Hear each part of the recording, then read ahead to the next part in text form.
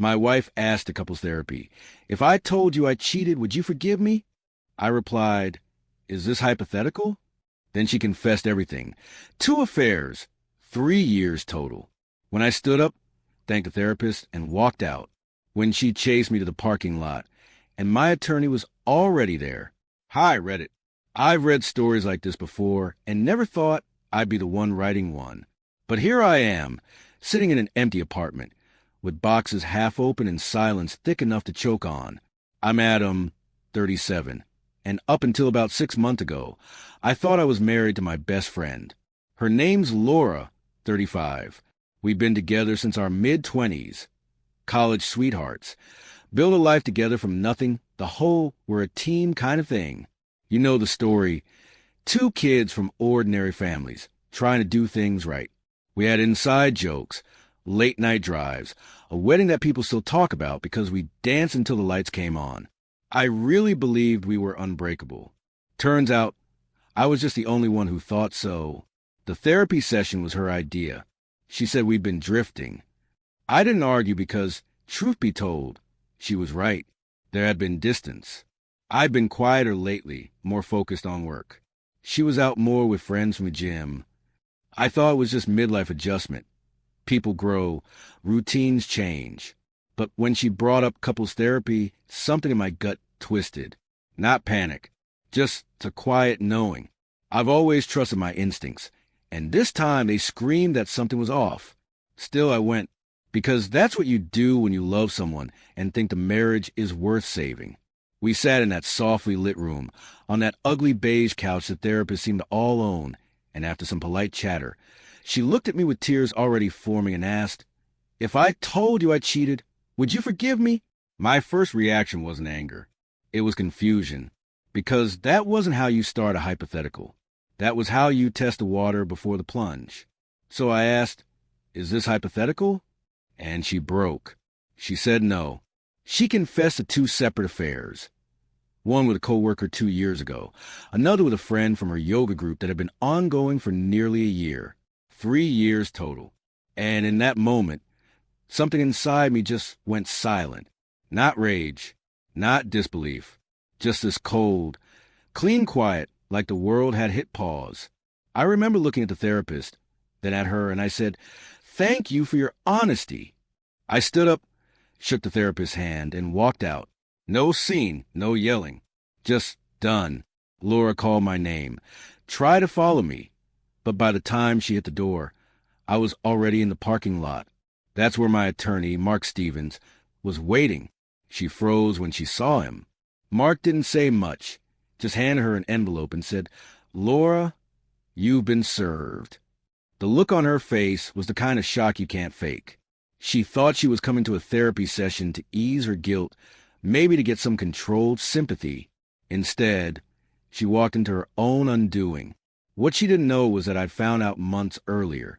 I hired a private investigator after one too many late nights, one too many dead phone batteries. I wasn't guessing. I knew. I had the receipts. Photos, hotel check-ins, messages, even a few recordings. I'd spent weeks documenting everything because if there's one thing I've learned, it's that emotions fade, but facts don't. And when I had enough, I stopped sharing, stopped asking questions, stopped trying to connect. She noticed, of course. She said I'd gone cold, that I wasn't present, that she felt like I was emotionally checked out. She wasn't wrong. I had already started grieving the marriage, quietly, methodically. After that day, things moved fast. Mark filed the papers within 24 hours. Adultery with evidence attached. I wasn't out for blood, but I wasn't about to let her rewrite the story either. The next few weeks were a blur of silence. Texts from her that I didn't answer, and awkward calls from mutual friends asking what happened. Some of them thought I was being harsh. Some of them didn't know what to believe. Laura started spinning her narrative almost immediately. Adam blindsided me. I made a mistake. He's overreacting. The usual script. But the thing is, people can lie all they want. Paper doesn't. She came to my apartment once after I moved out, knocked on the door, mascara smudged, holding some of my old hoodies like peace offerings. "Can we talk?" she asked. I told her. Everything that needs to be said is in the court filings. She broke down crying, saying she was sorry, that she was confused, that she never meant to hurt me. And maybe a small part of me, deep down, still wanted to believe her. But then she said something that snapped me right back into focus. You pushed me away. You made me feel invisible. What did you expect? That's when I realized she still didn't get it. That's when I knew she wasn't sorry for what she did. She was sorry she got caught. We ended up in court about 6 weeks later. Her lawyer tried to play the emotional neglect angle, saying she was unfulfilled and that I had been distant. Mark calmly handed the judge a thick binder of photos, text transcripts, and credit card statements. You could feel the air change in the room. Her lawyer went pale. Laura stopped making eye contact. The judge looked through a few pages and said, I think we've heard enough. It wasn't vindictive. It was just factual. Cold, clinical truth laid bare. And in that sterile courtroom, watching her shrink into herself, I didn't feel triumphant. I felt empty. Like I'd finally reached the end of a very long, very painful movie, and all that was left were the credits rolling over silence. After the divorce was finalized, Laura tried again. Messages like, we can still be friends, or can we at least talk about what went wrong? I didn't answer. I'd already lived that conversation 100 times in my head. There's nothing left to dissect. She betrayed the version of me that trusted her blindly, and there's no surgery for that kind of wound. You don't fix it. You just learn to live with the scar. Her family called me, too. Her mom, Susan, said, she's just a human being, Adam. People make mistakes. I told her, mistakes are forgetting an anniversary. Affairs are choices. She hung up on me after that. I didn't care. Her sister, Rachel, reached out a few weeks later, said she didn't agree with what Laura did, that she was ashamed of her, and that if I ever needed someone to talk to, she'd listen. I thanked her but kept my distance. I didn't want pity, just peace. And for the first time in months, I had it. My apartment became my sanctuary, quiet, minimal, mine. I'd sit by the window some nights with a glass of bourbon, watching the city lights, wondering if Laura ever looked out her own window and realized what she'd destroyed. Not because I wanted her to hurt, but because I wanted her to understand. But people like her rarely do. They rewrite history until they can live with it. The weirdest part? I don't hate her. I thought I would. But hate requires energy, and I'm done giving her mine. There's just a sort of detached sadness when I think about it now, like remembering a house that burned down.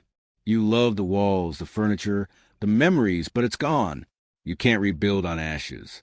I've heard she's been trying to date again, but apparently word got around about what happened. Small towns have long memories. She quit her job, too. Something about needing a fresh start. I wish her well, honestly. I just don't wish her back. People keep asking if I'll ever trust again, if I'll ever date again. The answer is yes, but not yet. I'm still learning to be alone without feeling lonely. It's strange how quiet can feel like both punishment and peace, depending on the day. I still go to therapy, my own this time. My therapist, an older guy named Carl, said something that stuck with me. Closure isn't something they give you. It's something you take when you decide the story's over. I guess that's what I did that day in the parking lot. I didn't walk away out of anger. I walked away because there was nothing left to say. It's been 6 months now. The papers are signed, the account split, the house sold. I got the dog. Thank God for that. He's been my anchor, my reminder that loyalty still exists in some form. Every morning, I take him for a walk by the lake. The air's crisp, the world's quiet, and for a few moments, it feels like everything's okay. Then I remember, and it stings again, but a little less each day. Healing isn't linear, but it's real. Sometimes I replay that therapy session in my head. The way she looked when she said, "Would you forgive me?" The tremor in her voice. The tears. And I think she wasn't crying because she was sorry. She was crying because she lost control of the story. Because for once, I didn't react how she expected. I didn't yell. I didn't beg. I didn't crumble. I just left. And that, more than anything, was what she couldn't stand. She'd spent years lying to me, thinking she held the narrative. But truth doesn't care about your timing. It shows up when it's ready, and it doesn't knock. I know some people will say, I was cold. Maybe I was.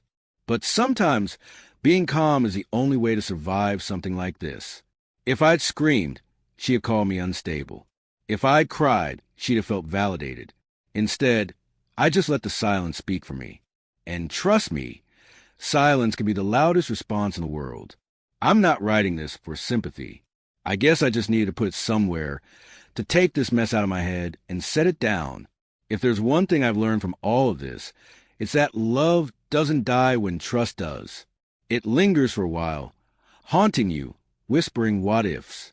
But eventually it fades. You start remembering who you were before them. You start realizing you can stand on your own again.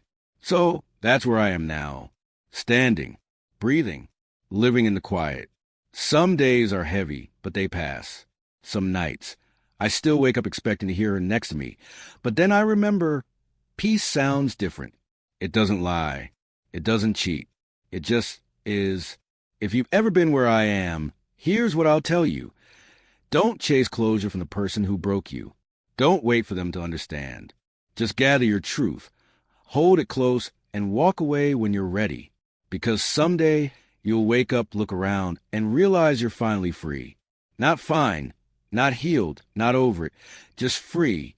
And for the first time in a long time, that will be enough.